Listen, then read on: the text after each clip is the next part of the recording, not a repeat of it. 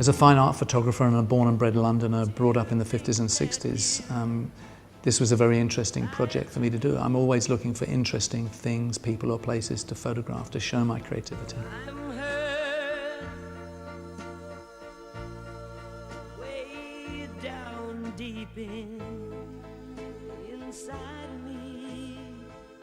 The Kray brothers were notorious criminals of the 60s who were into all sorts of things like protection money and running clubs and casinos. And they were eventually taken to the Old Bailey and were sentenced to life imprisonment for the murder of George Cornell and Jack the Hat McVitie, and got 30 years. Okay, so this is one of my favourites. This is the infamous Ronnie Kray glasses.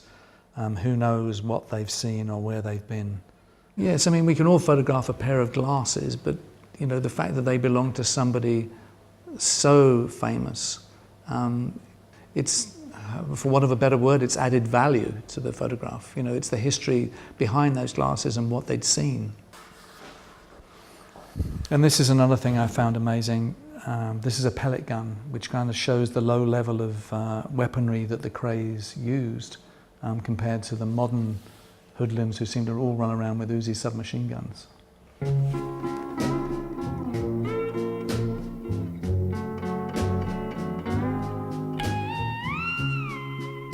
As I was brought up in the 50s, I've always been intrigued by the Kray brothers and their story. And recently I've been working with Andy Jones of the Little Dean Jail in the Forest of Dean, who is a collector and has a museum full of really interesting things, a lot of it relating to crime.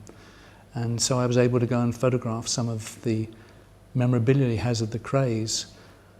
They were all shot on a white background with very simple lighting because I didn't want anything to distract from them. And it's really just recording the memorabilia in the simplest way possible. This is a lovely insight into the Kray twins. It's a letter from their mother to a friend discussing her sons.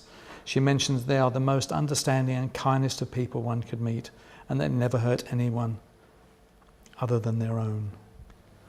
I don't think it's right that we should glamorize violence and crime, but I don't know many criminals who have been photographed by David Bailey, and possibly their notoriety didn't help them in the end. If they'd been a little bit more low-key, they may not have been in so much trouble.